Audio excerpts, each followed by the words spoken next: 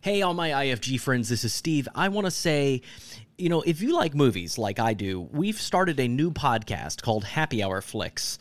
You can find it anywhere podcasts are found. It's all about nostalgic movies that we love, and we bring on special guests each episode, and we also have specialty cocktails made for each one, too. So it really is an hour of a good time talking about movies that we love, like Gremlins, Seven, Free Willy. We talk about The Last Starfighter also. I mean, we kind of run the gamut across all the decades and really have a great time. So wanted to invite you to come over and join us at Happy Hour Flicks, anywhere podcasts are found.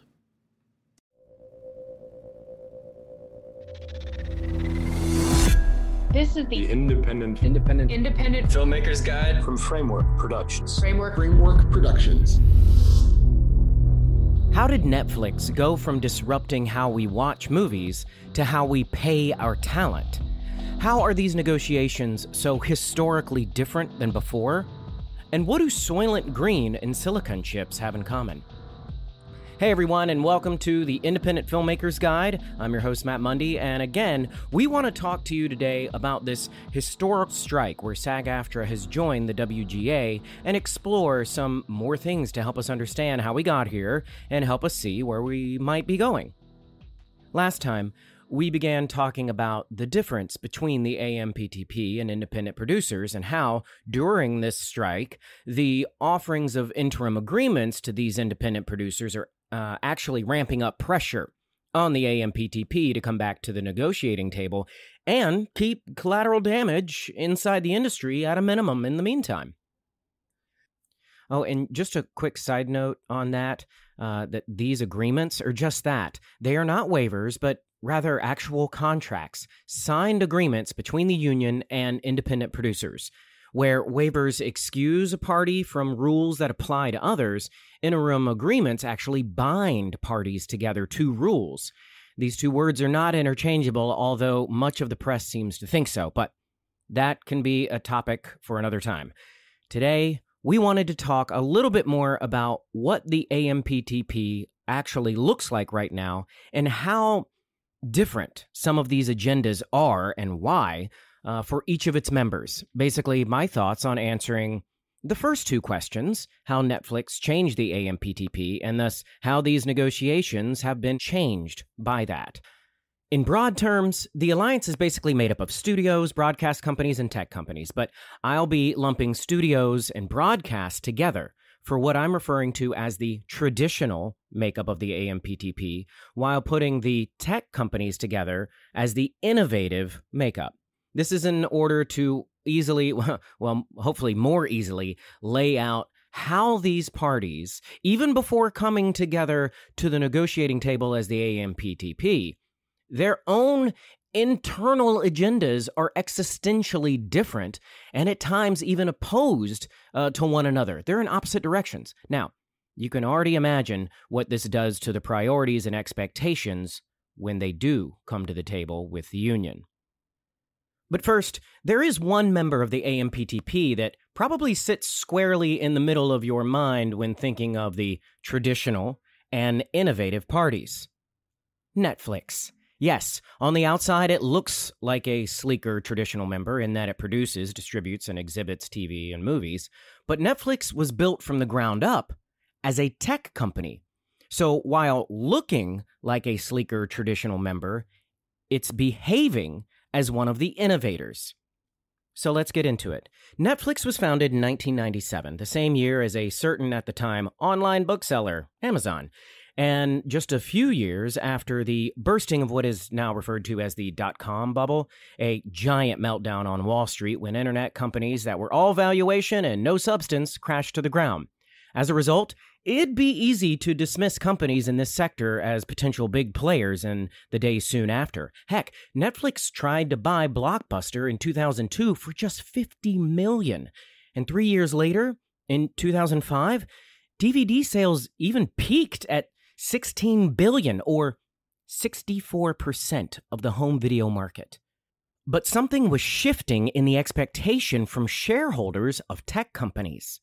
Among other things, two things happened almost simultaneously which changed the game. First, was shareholders started showing that they were okay with less than stellar quarterly reports so long as a company was growing and growing fast. And one such company to prove this was Amazon, a tech company focused on its future growth and expansion, even at the purposeful expense of profitability.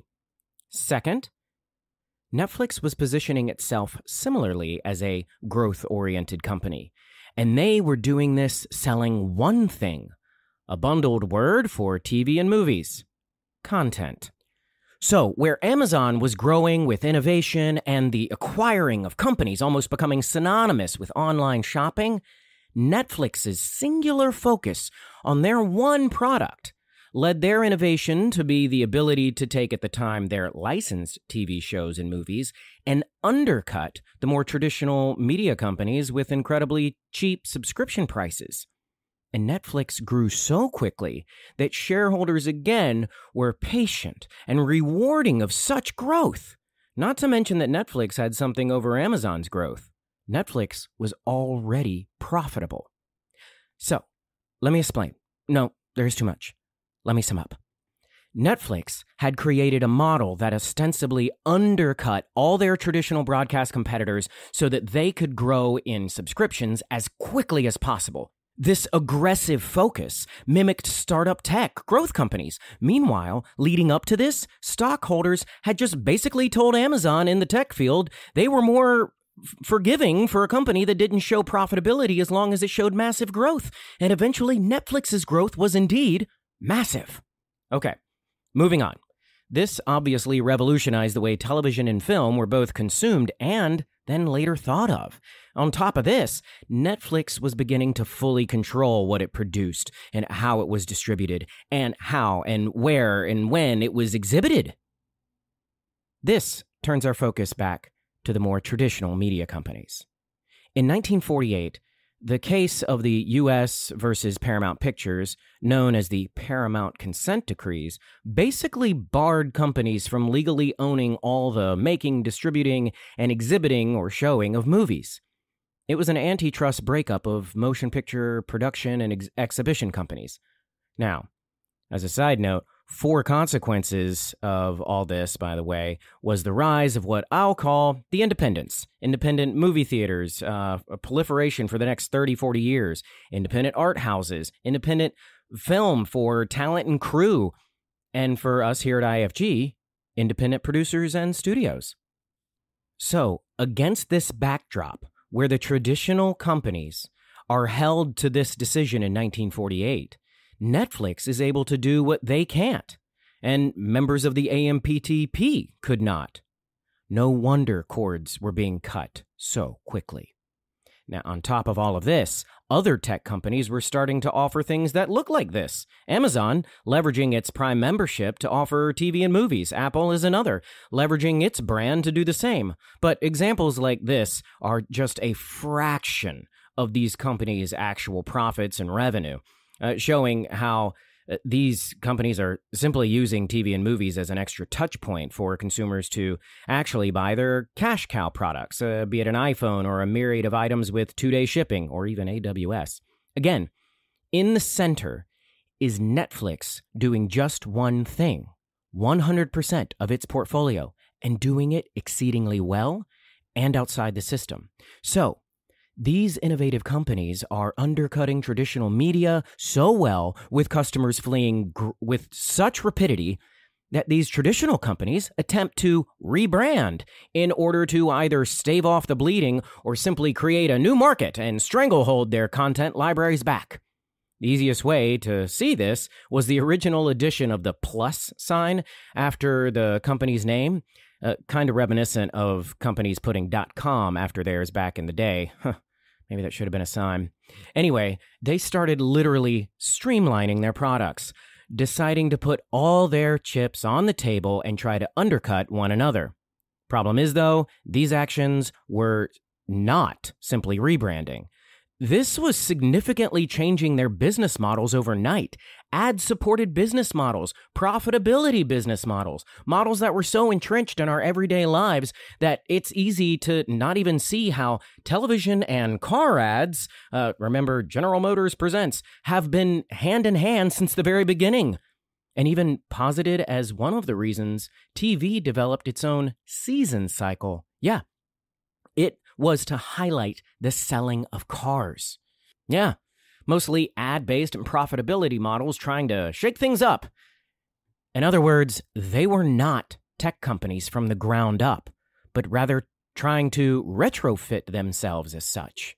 And I position that when we hear of money being lost today, part of what's not being said is the realization that this is actually part of the fallout of not recognizing this incompatibility when they put all their chips in. So, you know why video on Zoom works so much better than Microsoft Teams or Google Meets? Because Zoom was built from the ground up for video. The others, it was just an add-on, and in some cases, incompatible. Netflix was built from the ground up for this streaming. Okay, so getting back to how all this comes together to existentially change the character and makeup of the AMPTP and therefore its negotiation expectations with the union. Because up to this point, Netflix wasn't even a member of the AMPTP. That's right.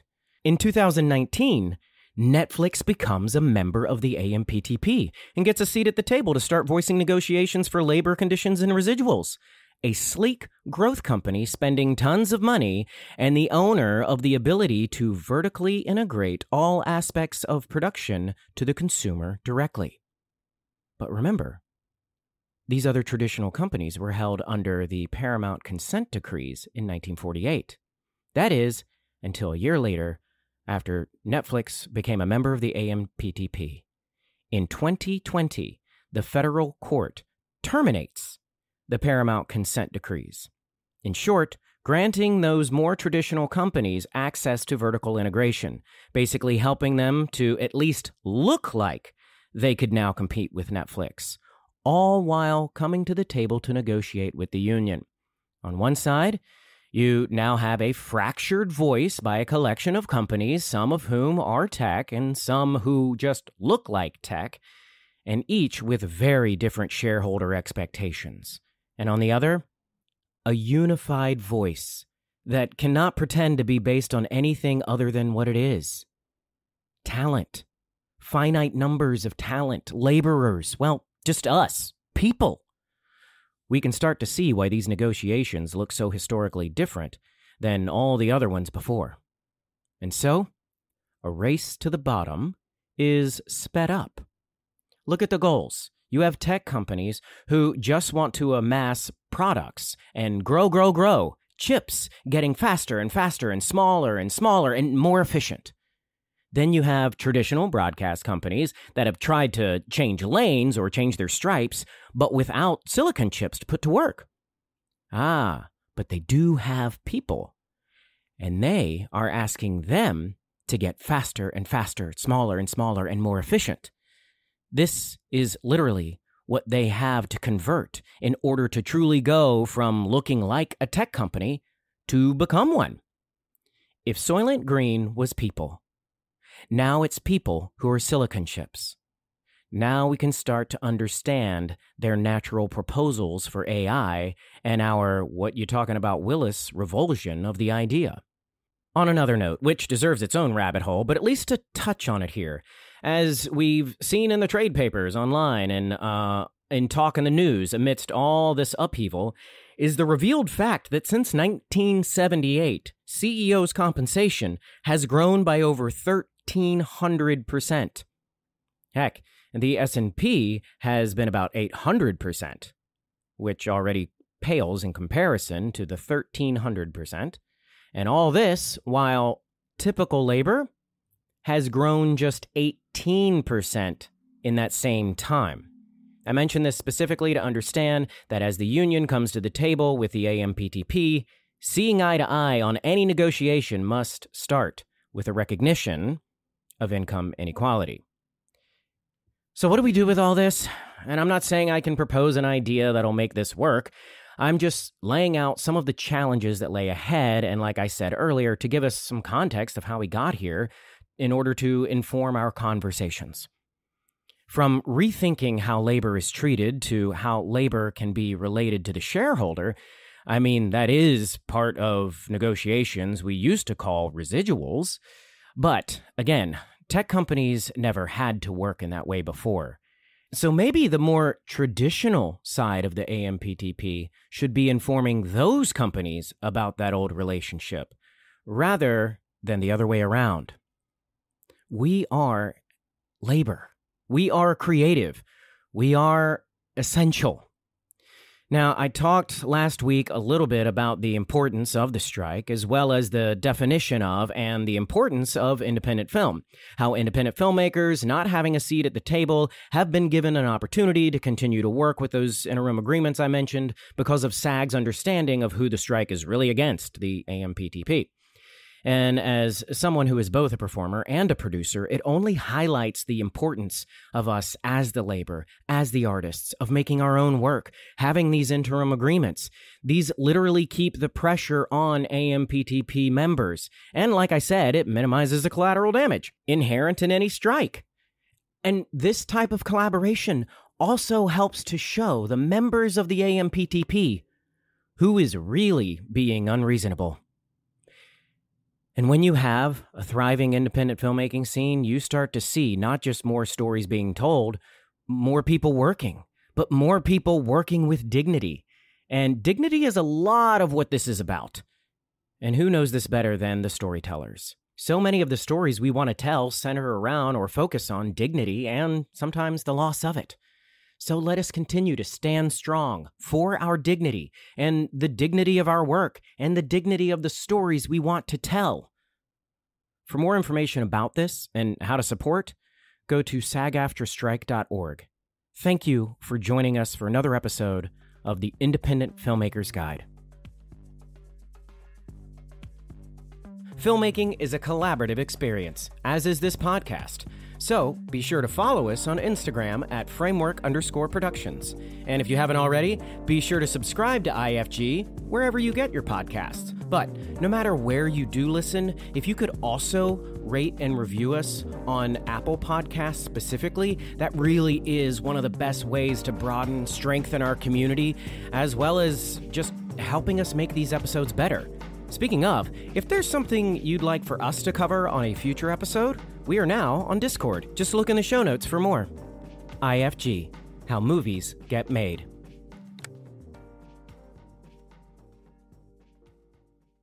Hey friends, we just wanted to take a quick moment to talk about two personal things. First, we wanted to thank you, our listening community, and our wonderful guests, learning so much together along the way and continuing to learn. Sharing our stories, making a lot of new friends, and collaborating, which is exactly what this is all about. Which also brings me to my second point. In great part to many of these new relationships, we wanted to let you know that we've taken a lot of this advice ourselves and made our own narrative feature film, Herd, H-E-R-D, Herd, which is premiering this October on Friday the 13th in select theaters as well as on VOD. Personally, I think it's the perfect kind of scary movie to watch during our favorite scary season. So we'd love for you to celebrate with us and watch Herd. You can pre-order it on Apple TV and of course do the communal thing, see it in theaters. Of course, for all of this, please see our show notes, but basically, we're going to keep it all updated at herd.film. That's herd.film, herd.film as well. Thank you again, and be sure to give us a rating and a review over on Apple Podcasts so we can continue to build this community and collaborate. IFG, How Movies Get Made.